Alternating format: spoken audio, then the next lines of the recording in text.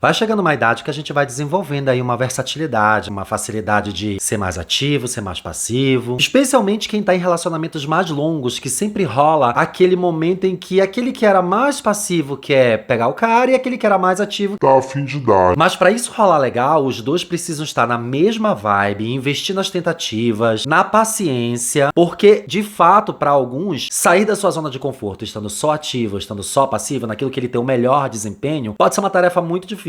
Porque na real, tem cara que é só uma coisa, ele só performa um dos lados. A gente precisa investigar por que a gente não consegue. Se de fato aquilo não é pra gente, eu não quero fazer essa fluidez, ou tem alguma coisa me impedindo de mudar um pouquinho o papel ali.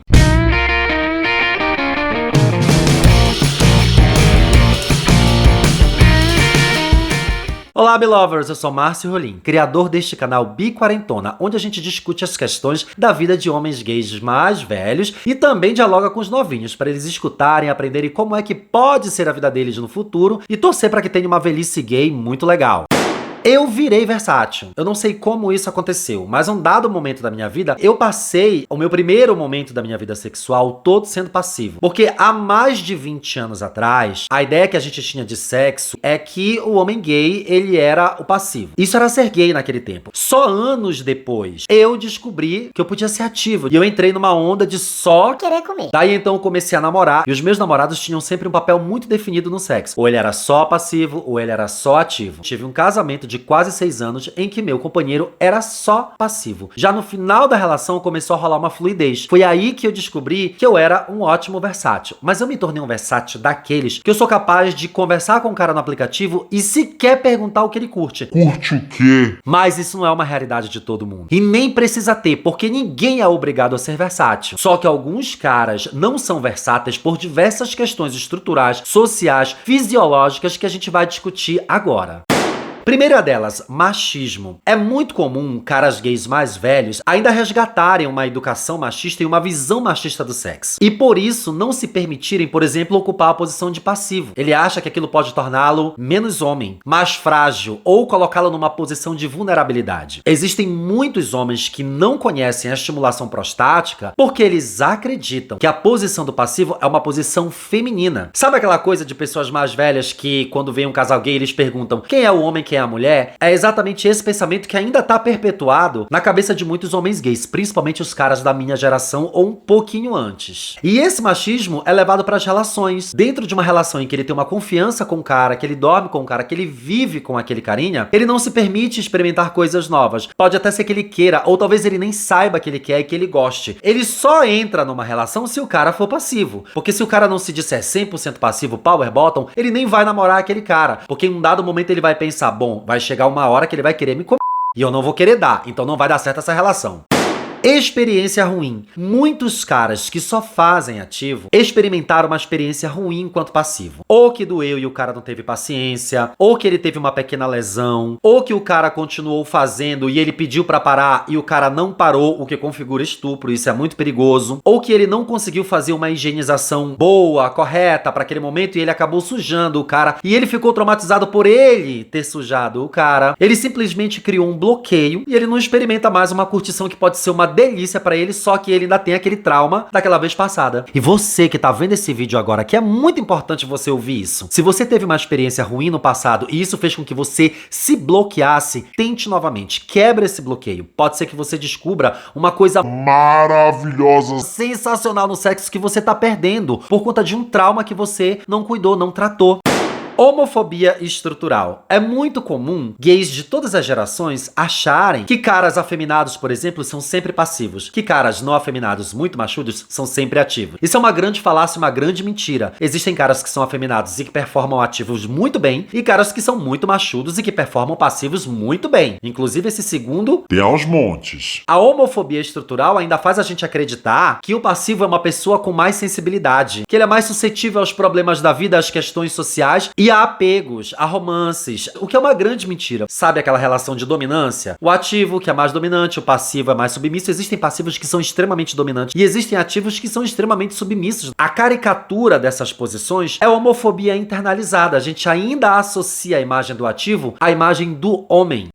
Problemas fisiológicos ou patologias. É muito difícil para caras que têm hemorroidas conseguir performar passivo muito bem. Há caras que conseguem e lidam muito bem com suas hemorroidas, que não precisam ser tratadas. Há casos de hemorroidas que precisam de tratamento e eles não sabem que eles têm hemorroidas. Já aconteceu de eu encontrar um carinha, olhar ali a região dele, o ânus, e dizer: você tem hemorroidas, eu não vou te machucar, e ele dizer: eu tenho hemorroidas? Ué, nem sabia. E aí eu perguntei para ele: você já teve sangramento? Ele falou: de vez em quando sangra na penetração. Hemorroidas. Às vezes elas são internas, às vezes elas são visíveis, e isso pode impedir a sua performance como passivo. Há caras que têm fimose, e que a fimose não é tratada na infância, ou ele lida com a fimose dele muito bem na vida adulta. Alguns conseguem penetrar muito bem com fimose, especialmente quando ele coloca um preservativo, que a glande continua coberta com o prepúcio. Mas há caras que não conseguem performar ativo por conta da fimose. E aí talvez seja uma situação cirúrgica. Procurar um clínico bom resolve isso, porque é uma cirurgia simplíssima. Você vai ficar com a glande exposta, mas tudo bem. Não vai mudar seu prazer. Há quem diga que tem mais prazer, menos prazer, que demora mais pra gozar e menos pra gozar, mas isso são especulações, não tem nada comprovado. E se a fimose te incomoda no ato da penetração, talvez seja o momento de você procurar um médico e de repente tratar. Lembrando, há homens adultos que convivem muito bem com a sua fimose. Não é uma obrigação essa cirurgia. Perda de ereção. É um clássico para quem não é muito ativo ou não performa muito bem, perder a ereção durante o ato ou no começo do ato, não conseguir. E isso precisa ser uma coisa muito conversada com os dois, de continuar tentando, continuar se estimulando, porque às vezes aquele cara que é muito passivo, ele tem vontade de ser ativo, ele só não é estimulado corretamente, ele não tem a confiança do parceiro, ou ele não tem autoconfiança, ele mesmo pensa que ele não se garante. É uma questão de autoestima. A maioria dos casos de perda de ereção está relacionada a problemas psicológicos, questões de autoestima. Poucos são os casos que são problemas fisiológicos ou algum problema realmente patológico de saúde que faz com que você perca a sua ereção durante o ato. A ausência de ereção na penetração. Muitos passivos não conseguem manter a ereção durante a penetração. E pode ser que isso não desperte o interesse do cara que está sendo ativo com você de ser passivo com você em algum momento. É normal, é tranquilo você conseguir ser penetrado, mas não conseguir ficar ereto. Há muitos homens que conseguem dar ali ereto o tempo todo até o final, e isso é muito legal, mas ninguém é obrigado. Na verdade, nem é preciso ter uma ereção para transar, e é exatamente o próximo item que a gente vai falar agora.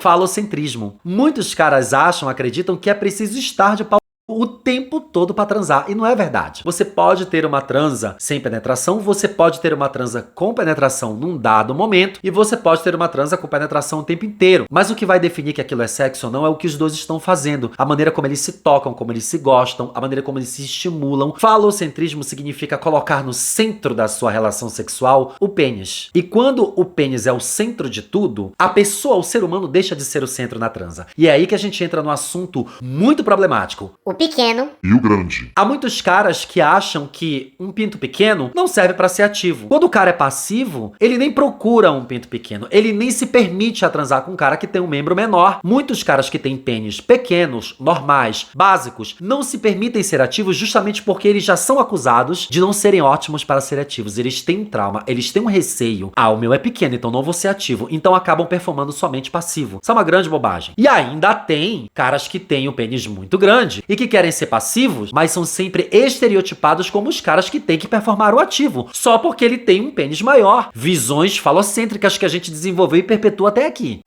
Por último, falta de diálogo. Às vezes você tá há muito tempo numa relação em que cada um só performa aquele papel e não performa outro lado porque os dois não conversam. É preciso conversar, dialogar com seu parceiro. Hoje eu tô com vontade de fazer diferente, de inverter e tal, que tal? E o outro vai dizer: poxa, não sei se vai dar, não sei se eu vou conseguir. Então vamos conversar. Por que você não consegue? Você realmente não gosta, não é pra você? Ou a gente não tentou, ou a gente não se estimulou e você de repente nem sabe que você tem esse prazer. É preciso dialogar, conversar com o carinha que você tá ficando para que essa versatilidade surja. Foi assim comigo, foi na base da conversa. Quando eu estava casado ainda até meados de 2017, conversando muito com meu parceiro, a gente conseguiu os dois entrar numa versatilidade muito legal, que hoje eu mantenho, mas eu mantenho com toda a força, porque pra mim é muito importante ter contato. A forma como esse prazer vai chegar é o que menos importa.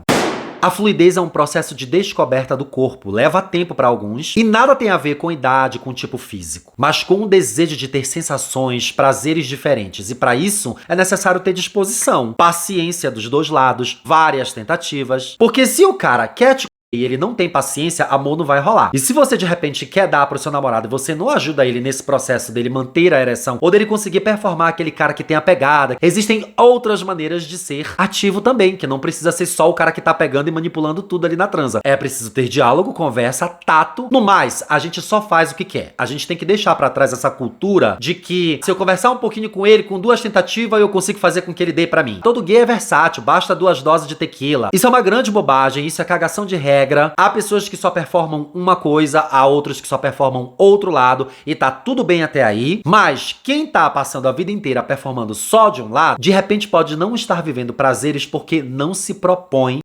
Contem pra mim o que vocês performam melhor, ativo ou passivo, o que vocês preferem. Se vocês têm algum trauma que impede que vocês consigam performar como passivo, se vocês têm alguma insegurança que não permite que vocês sejam aquele ativo, se vocês têm medo da cobrança falocêntrica de que você tem que ser um ativão, grandão, ou se você de repente já tem seu papel muito definido. Sou isso, é isso que eu gosto, já tentei, já experimentei. Me conta, dialoga, conta a sua história que eu vou adorar ler todos os comentários. E não esquece de dar um like nesse vídeo que eu não pedi lá no começo, mas eu tô pedindo agora. Dá um like, segue o canal, aperta o sino pra receber notificação e corre lá no Instagram que tem vídeo quase todo dia, a semana inteira, e os vídeos têm o B-mail, que é a sua história contada pela titia, e você ainda ganha um conselho. Um grande beijo pra quem chegou até aqui, tá passando 2 vídeos muito legais pra vocês continuarem maratonando no canal, e até o próximo. Tchau!